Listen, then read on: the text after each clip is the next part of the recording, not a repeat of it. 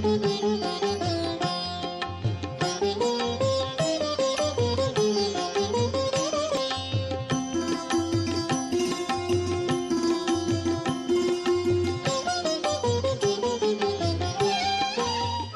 சைவன் அவரே அறியாமல் சுவாமி அம்பாள் சேர்த்துதான் சொல்லிட்டு இருக்காருன்னு அவங்களுக்கே தெரியாம இருக்கிறாங்கன்னு சொல்லிட்டு எனக்கு ஒரு மனசுல ஒரு சந்தோஷம். நம்ம அம்பாளை பத்தி எத்தனை வாட்டி பேசினாலும் அது புதுமையா தான் இருக்கும். நல்ல கவடதா ஒரு பக்தியும் இருந்துச்சுன்னா கண்டிப்பா அம்பாள் யாருன்னே தெரியல, ஒரு அன்னோன் கிறிஸ்டின் தேடி வந்தாங்க, அவளா தேடி வந்தா. ஆனா அவ ரிவீல் பண்ணா அது நான் தான் லலிதா.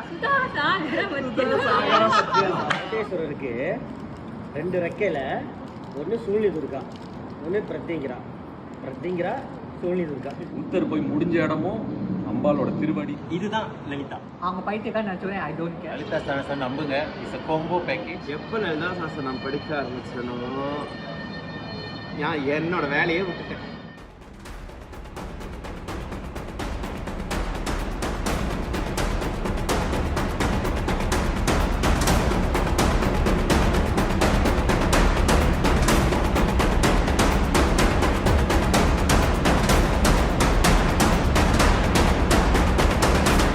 நவரத்தனை பாடும்போது அழகான ஒரு வரி வந்தது, எல்லாரும் கவனிச்சிருப்பீங்கன்னு நினைக்கிறேன்.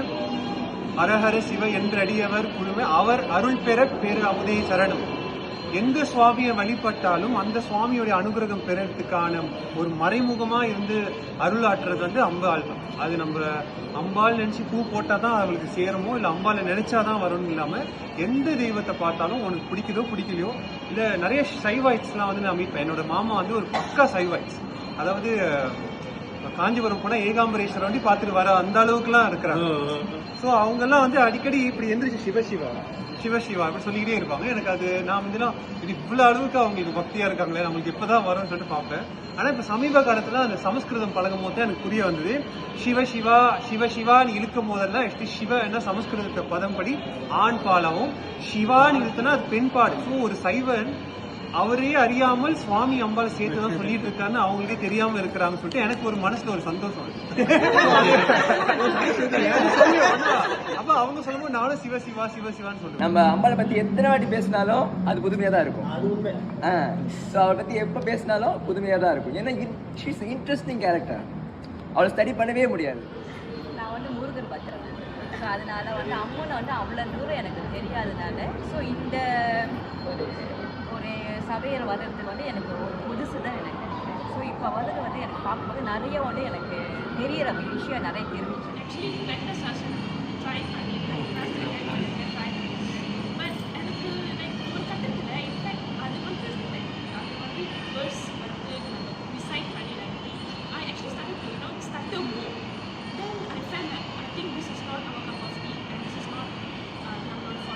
ஸ்டார்டிங்கில் வந்து பாராயணம் பண்ணும்போது என்னால், because it's quite long for me, என்னால் உட்காரத்துக்கே ரொம்ப கஷ்டப்படுவேன்.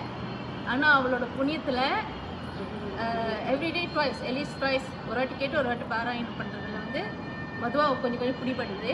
ஸோ இது வந்து எனக்கு கிட்ஸ் தான். ஆக்சுவலி இந்த லலிதா சாஸ்திரம் பாராயணம் பண்ணது எல்லாமே எனக்கு கிட்ஸ் தான். நான் ஐபின் என்ன சொல்கிறது, ஐபின் டூயிங் எல்லாம் பெருமாள் தான் நான் முக்கியமாக ரொம்ப செய்யுது. ஸோ அதனால 2.0 ஐ ஆஸ்க் ஹிம், ஸோ எப்படி முடியுமா, பிகாஸ் கிளாஸஸ் ப்ராஜெக்ட்ஸ்லாம் இருக்குது செய்யணும் அப்படின்ட்டு. பட் வித் அம்பாஸ் பிளஸ்ஸிங் முடிச்சுட்டேன் 6 மாதம். So I would say it's a new journey. படிக்க ஆரம்பித்தோன்னே இதுவுமே படிப்போம், லைக் வந்து பேரட் மாதிரி தான் இருக்கும், நமக்கு மீனிங் தெரியாது. எல்லா கிளாஸ் நம்ம படிப்போம், அப்படி முடிஞ்சு அப்படின்னு. எனக்கு வந்து கிளாஸ் போய் பதில் ரொட்டீன் ஒன்று இருக்குன்னு தெரியவே தெரியாது. அதை பார்த்து கம்ப்ளீட்டாக அதுவும் எனக்கு தெரியாது. ஸோ ஒரு மீனிங் சொல்லிட்டு இருக்கும்போது ஒரு கத்தில் வந்து அந்த அம்பாள் வந்து சொல்லியிருப்பாரு, சாஸ்திரம் யார் படிக்கிறாங்களோ அம்பாள் அந்த பக்தருக்கு ஒரு பிரச்சனை சித்திரிக்க வந்து நிற்பா அப்படின்னு ஒரு கிளாஸ் கொடுத்துருப்பாரு.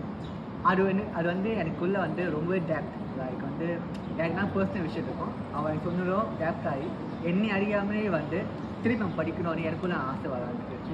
லலிதா சரஸ்வரம் வந்து பாராயணம் பண்ணியிருக்கேன்.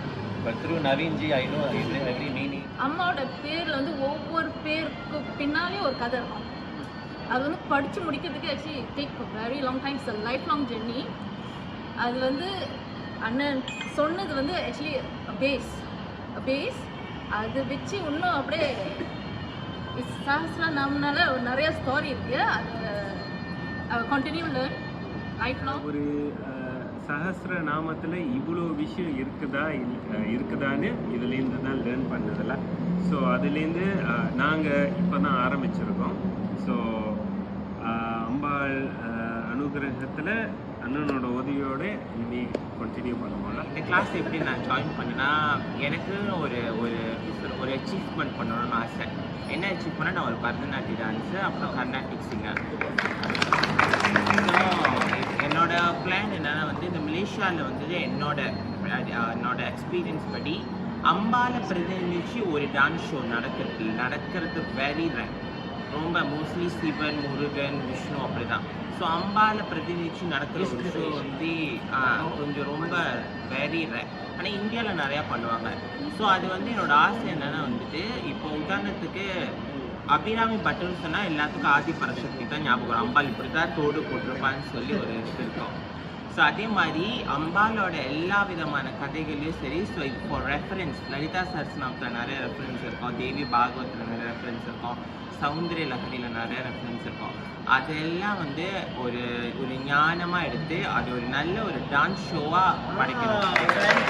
ஆனஸ்ட் வந்து லலிதா சஹஸ்ரநாமம் பாராயணம் பண்ணணும்னு சொல்லி இந்த கிளாஸ் நான் ஜாயின் பண்ணல, அது படிக்கணும் அப்படின்னு. பட் நான் நவீன்ஜிகிட்ட வந்து கேட்டப்போ இதில் ஜாயின் பண்ணுங்கள், உங்கள் கேள்விக்கு எல்லாம் பதில் கிடைக்கும்னு சொன்னாங்க.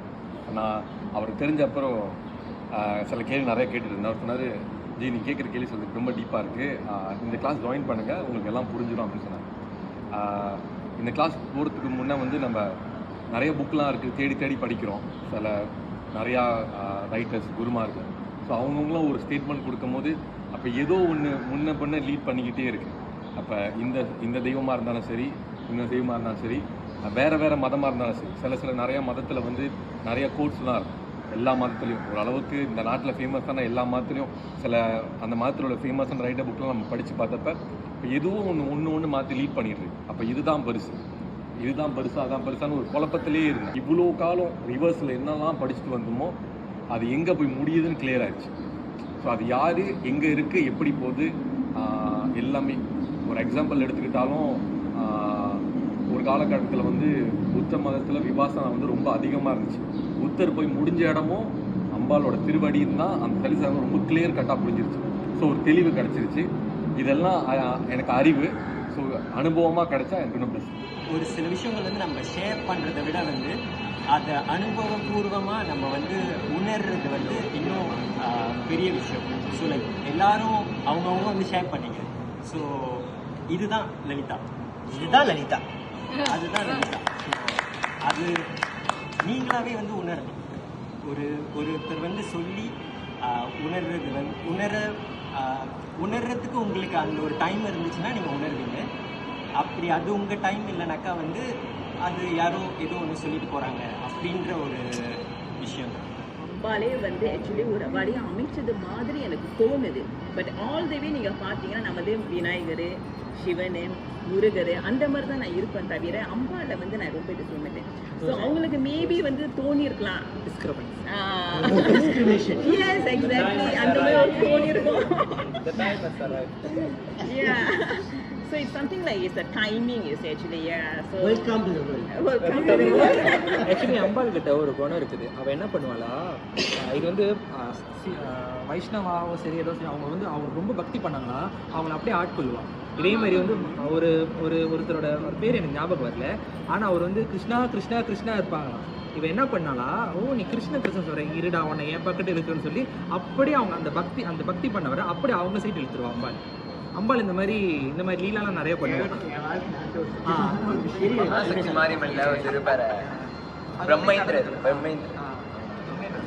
இது வந்து என்னோட வாழ்க்கை ஒரு உண்மையான ஒரு தத்துவத்தை நான் எதுக்குறேன். இப்போ நான் உங்களை எதுக்கு நான் பார்த்தேன், எதுக்கு இங்கே கூப்பிட்டீங்க, எதுவுமே எனக்கு தெரியாது. பை தி வே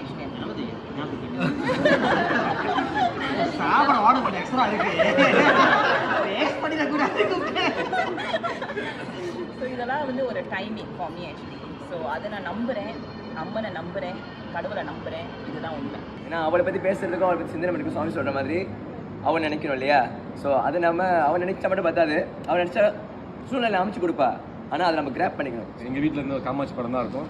இப்போ நீ அந்த அம்மன் பார்த்து கேட்கும் போது உண்மையிலே நீங்கள் யார், எல்லாரும் ஒரு ரகசியத்தை மறைச்சி வச்சு பேசுகிற மாதிரியே இருக்கும். எல்லா புக்லையும் பார்த்தோம்னா ஒரு பாட்டில் அப்போ சொல்லிட்டு இருக்கும் போது தான் ஒரு 6-7 மாதம் கழிச்சு நவீன்ஜியோட நட்பு கிடச்சிச்சு. ரொம்ப வருஷமாக தெரியும் ஃபோனில் மட்டும். பட் அது கேட்கும் போது மாதிரி இந்த கிளாஸ்க்கு போருங்க, உங்களுக்கு எல்லாம் புரியும். ஸோ அவர் சொன்ன மாதிரி லலிதா சரஸ்வரமா ஒரு ட்ரெஷர். இன்னைக்கு இந்த க்ஷணத்தில் நீ அவள் பேர் சொல்லனா அவள் போட்ட பிளான். அவள் டைரி எழுதிருச்சா இந்த நாள் எல்லாம் சொல்லி வைக்கிறோன்னு. ஸோ லலிதா சரஸ்வரன் நம்புங்க, it's a combo package. So just go with the flow. இப்போலாம் வந்து எப்போ டைம் கிடைச்சா ட்ரெயினில் இருந்தால் சரி, வேலைக்கு போனால் சரி, சாசனம் பண்ணிக்கிட்டே இருக்கு.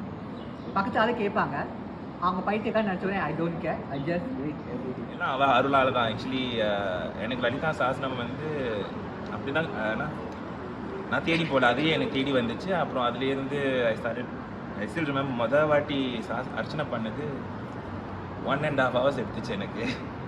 அதுவும் இந்த இங்கிலீஷ் ஆக்சுவலி ராமகிருஷ்ண மடங்களோட இங்கிலீஷ் வெர்ஷன் தான். அண்ட் அப்புறம் கொஞ்சம் விட்டுட்டு அப்புறம் ஒரு வாட்டி ஆரம்பிக்கும் போது ஸ்லோலி பழக்கம் ஆயிடுச்சு. இப்போலாம் 30 minutes அர்ச்சனை பண்ணி முடிச்சிருவேன்.